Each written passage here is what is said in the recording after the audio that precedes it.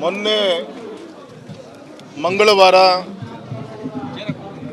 ಬೆಳಗಾವಿನಲ್ಲಿ ನಡೆದಂಥ ಭೀಕರವಾದಂಥ ದುಷ್ಕೃತ್ಯ ಸುಮಾರು 28ಕ್ಕಿಂತ ಹೆಚ್ಚಿನ ಪ್ರವಾಸಿಗರು ದುರ್ಮರಣ ಹೊಂದಿದ್ರು ಅಂತೇಳಿ ನಮಗೆಲ್ಲ ಇಡೀ ದೇಶಕ್ಕೆ ಗೊತ್ತಾಗಿದೆ. ಈ ಸಂದರ್ಭದಲ್ಲಿ ಕರ್ನಾಟಕಕ್ಕೆ ಸಂಬಂಧಪಟ್ಟಂಥ ಇಬ್ಬರ ಪಾರ್ಥಿವ ಶರೀರ, ಅದರಲ್ಲಿ ಒಂದು ನಮ್ಮ ಶಿವಮೊಗ್ಗದ ಮಂಜುನಾಥ್ ಪಾರ್ಥಿವ ಶರೀರ ಮನೆಗೆ ಸೇರ್ತಾ ಇದೆ. ಹಾಗಾಗಿ ಈ ಸಂದರ್ಭದಲ್ಲಿ ಇಡೀ ಶಿವಮೊಗ್ಗ ನಗರದ, ಇಡೀ ಶಿವಮೊಗ್ಗ ಜಿಲ್ಲೆ,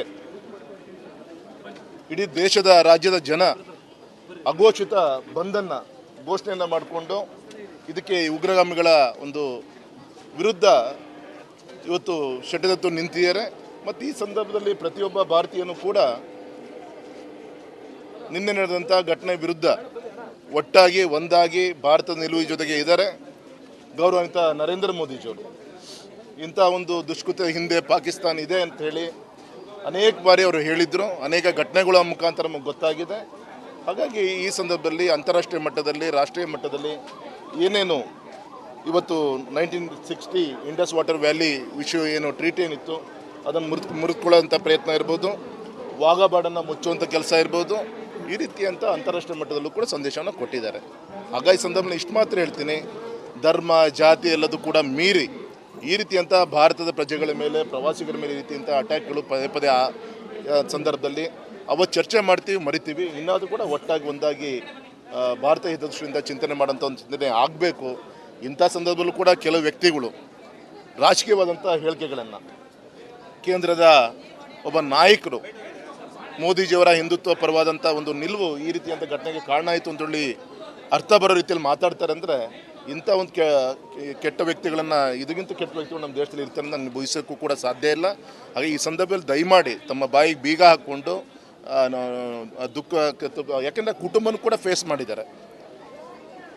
ಗೌರವಾನ್ವಿತ ದಿವಂಗತ ಇಂದಿರಾ ಗಾಂಧಿಯವರು, ರಾಜೀವ್ ಗಾಂಧಿಯವರು ಈ ಟೆರರಿಸ್ಟ್ ಆ್ಯಕ್ಟಿವಿಟೀಸಲ್ಲಿ ಎಲ್ಲ ಬೇರೆ ಬೇರೆ ವಿಚಾರದಲ್ಲಿ ಬಲಿಯಾಗಿದ್ದಾರೆ. ಅಂಥ ಕುಟುಂಬದ ಒಂದು ಪ್ರಜೆಯಾಗಿ ಈ ರೀತಿ ಅಂತ ಹೇಳಿಕೆ ಕೊಡ್ತಾರೆ ಅಂದರೆ ನಿಜವಾಗ್ಲೂ ತಲೆ ತಗ್ಗಿಸುವಂಥ ವಿಚಾರ ಅಂತ ಹೇಳಲಿಕ್ಕೆ ಇಚ್ಛೆಪಡ್ತೀನಿ. ಮೊನ್ನೆ ಮಂಗಳವಾರ ಬೆಳಗಾವಿನಲ್ಲಿ ನಡೆದಂಥ ಭೀಕರವಾದಂಥ ದುಷ್ಕೃತ್ಯ ಸುಮಾರು 28ಕ್ಕಿಂತ ಹೆಚ್ಚಿನ ಪ್ರವಾಸಿಗರು ದುರ್ಮರಣ ಹೊಂದಿದ್ರು ಅಂತೇಳಿ ನಮಗೆಲ್ಲ ಇಡೀ ದೇಶಕ್ಕೆ ಗೊತ್ತಾಗಿದೆ.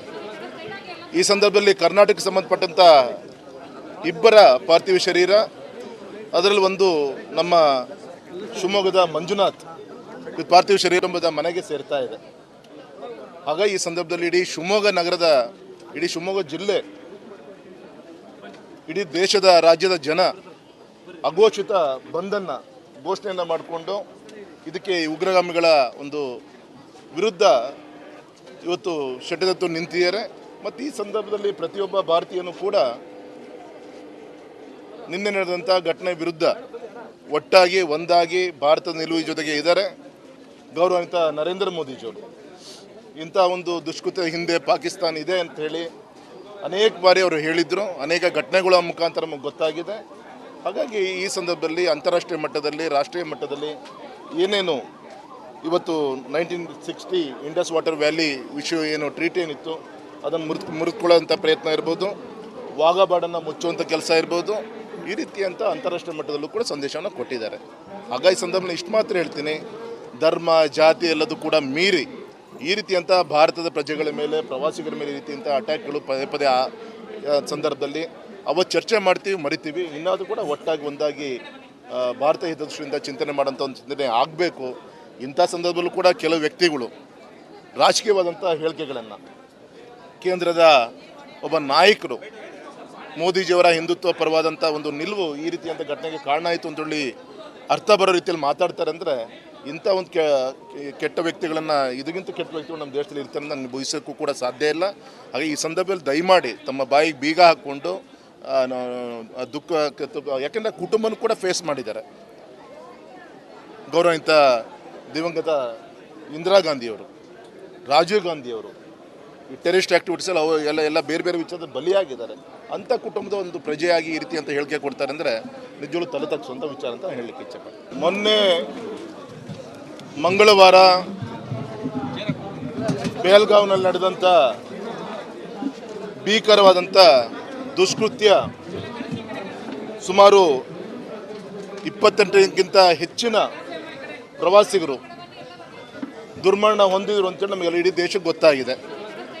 ಈ ಸಂದರ್ಭದಲ್ಲಿ ಕರ್ನಾಟಕಕ್ಕೆ ಸಂಬಂಧಪಟ್ಟಂಥ ಇಬ್ಬರ ಪಾರ್ಥಿವ ಶರೀರ, ಅದರಲ್ಲಿ ಒಂದು ನಮ್ಮ ಶಿವಮೊಗ್ಗದ ಮಂಜುನಾಥ್ ಪಾರ್ಥಿವ ಶರೀರ ಮನೆಗೆ ಸೇರ್ತಾ ಇದೆ. ಹಾಗಾಗಿ ಈ ಸಂದರ್ಭದಲ್ಲಿ ಇಡೀ ಶಿವಮೊಗ್ಗ ನಗರದ, ಇಡೀ ಶಿವಮೊಗ್ಗ ಜಿಲ್ಲೆ, ಇಡೀ ದೇಶದ ರಾಜ್ಯದ ಜನ ಅಘೋಷಿತ ಬಂಧನ ಘೋಷಣೆಯನ್ನು ಮಾಡಿಕೊಂಡು ಇದಕ್ಕೆ ಉಗ್ರಗಾಮಿಗಳ ಒಂದು ವಿರುದ್ಧ ಇವತ್ತು ಷಡ್ಯಂತ್ರ ನಿಂತಿದ್ದಾರೆ. ಮತ್ತು ಈ ಸಂದರ್ಭದಲ್ಲಿ ಪ್ರತಿಯೊಬ್ಬ ಭಾರತೀಯನೂ ಕೂಡ ನಿನ್ನೆ ನಡೆದಂಥ ಘಟನೆ ವಿರುದ್ಧ ಒಟ್ಟಾಗಿ ಒಂದಾಗಿ ಭಾರತದ ನಿಲುವಿನ ಜೊತೆಗೆ ಇದ್ದಾರೆ. ಗೌರವಾನ್ವಿತ ನರೇಂದ್ರ ಮೋದಿಜಿಯವರು ಇಂಥ ಒಂದು ದುಷ್ಕೃತ್ಯ ಹಿಂದೆ ಪಾಕಿಸ್ತಾನ ಇದೆ ಅಂತ ಹೇಳಿ ಅನೇಕ ಬಾರಿ ಅವರು ಹೇಳಿದರು. ಅನೇಕ ಘಟನೆಗಳ ಮುಖಾಂತರ ನಮಗೆ ಗೊತ್ತಾಗಿದೆ. ಹಾಗಾಗಿ ಈ ಸಂದರ್ಭದಲ್ಲಿ ಅಂತಾರಾಷ್ಟ್ರೀಯ ಮಟ್ಟದಲ್ಲಿ, ರಾಷ್ಟ್ರೀಯ ಮಟ್ಟದಲ್ಲಿ ಏನೇನು ಇವತ್ತು 1960 ಇಂಡಸ್ ವಾಟರ್ ವ್ಯಾಲಿ ವಿಷಯ ಏನು ಟ್ರೀಟ್ ಏನಿತ್ತು ಅದನ್ನು ಮುರಿದುಕೊಳ್ಳೋಂಥ ಪ್ರಯತ್ನ ಇರ್ಬೋದು, ವಾಘಾಬಾರ್ಡನ್ನು ಮುಚ್ಚುವಂಥ ಕೆಲಸ ಇರ್ಬೋದು, ಈ ರೀತಿಯಂಥ ಅಂತಾರಾಷ್ಟ್ರೀಯ ಮಟ್ಟದಲ್ಲೂ ಕೂಡ ಸಂದೇಶವನ್ನು ಕೊಟ್ಟಿದ್ದಾರೆ.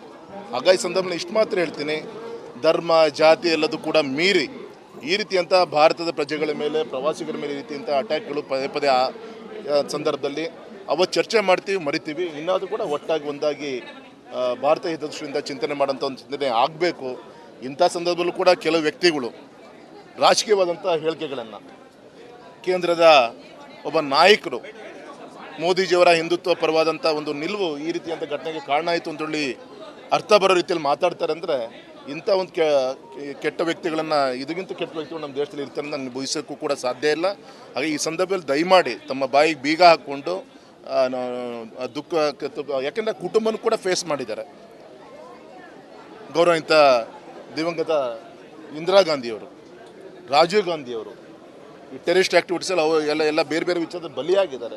ಅಂಥ ಕುಟುಂಬದ ಒಂದು ಪ್ರಜೆಯಾಗಿ ಈ ರೀತಿ ಅಂತ ಹೇಳಿಕೆ ಕೊಡ್ತಾರೆ ಅಂದರೆ ನಿಜವಾಗ್ಲೂ ತಲೆ ತಗ್ಗಿಸುವಂಥ ವಿಚಾರ ಅಂತ ಹೇಳಲಿಕ್ಕೆ ಇಚ್ಛೆಪಡ್ತೀನಿ. ಮೊನ್ನೆ ಮಂಗಳವಾರ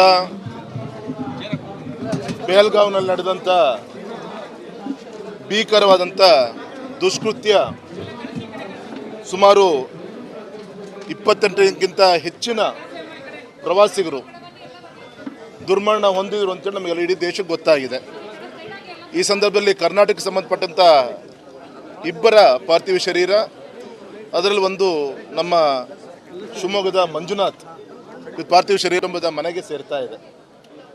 ಹಾಗಾಗಿ ಈ ಸಂದರ್ಭದಲ್ಲಿ ಇಡೀ ಶಿವಮೊಗ್ಗ ನಗರದ, ಇಡೀ ಶಿವಮೊಗ್ಗ ಜಿಲ್ಲೆ, ಇಡೀ ದೇಶದ ರಾಜ್ಯದ ಜನ ಅಘೋಷಿತ ಬಂಧನ ಘೋಷಣೆಯನ್ನು ಮಾಡಿಕೊಂಡು ಇದಕ್ಕೆ ಉಗ್ರಗಾಮಿಗಳ ಒಂದು ವಿರುದ್ಧ ಇವತ್ತು ಷಡ್ಯಂತ್ರ ನಿಂತಿದ್ದಾರೆ. ಮತ್ತು ಈ ಸಂದರ್ಭದಲ್ಲಿ ಪ್ರತಿಯೊಬ್ಬ ಭಾರತೀಯನೂ ಕೂಡ ನಿನ್ನೆ ನಡೆದಂಥ ಘಟನೆ ವಿರುದ್ಧ ಒಟ್ಟಾಗಿ ಒಂದಾಗಿ ಭಾರತದ ನಿಲುವಿನ ಜೊತೆಗೆ ಇದ್ದಾರೆ.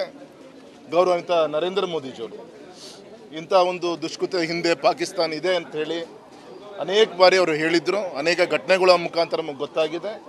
ಹಾಗಾಗಿ ಈ ಸಂದರ್ಭದಲ್ಲಿ ಅಂತಾರಾಷ್ಟ್ರೀಯ ಮಟ್ಟದಲ್ಲಿ, ರಾಷ್ಟ್ರೀಯ ಮಟ್ಟದಲ್ಲಿ ಏನೇನು ಇವತ್ತು 1960 ಇಂಡಸ್ ವಾಟರ್ ವ್ಯಾಲಿ ವಿಷಯ ಏನು ಟ್ರೀಟ್ ಏನಿತ್ತು ಅದನ್ನು ಮುರಿದುಕೊಳ್ಳೋಂಥ ಪ್ರಯತ್ನ ಇರ್ಬೋದು, ವಾಘಾಬಾರ್ಡನ್ನು ಮುಚ್ಚುವಂಥ ಕೆಲಸ ಇರ್ಬೋದು, ಈ ರೀತಿಯಂಥ ಅಂತಾರಾಷ್ಟ್ರೀಯ ಮಟ್ಟದಲ್ಲೂ ಕೂಡ ಸಂದೇಶವನ್ನು ಕೊಟ್ಟಿದ್ದಾರೆ.